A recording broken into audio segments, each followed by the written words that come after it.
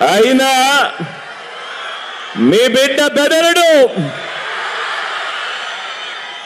కారణం ప్రజలనే శ్రీకృష్ణుడి అండ ఉన్న అర్జునుడు మీ బిడ్డ.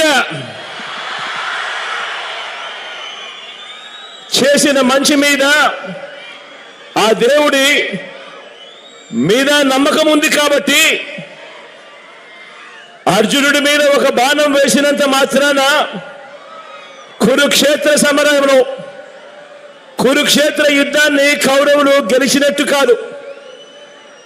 ఒక బాణం వేసినంత మాత్రాన, జగన్ మీద ఒక రాయి విసిరినంత మాత్రాన, జగన్ మీద ఒక రాయి విసిరినంత మాత్రాన జరగబోయే ఎన్నికల కురుక్షేత్రంలో ఆ దుష్ట చతుష్టయం ఓటమిని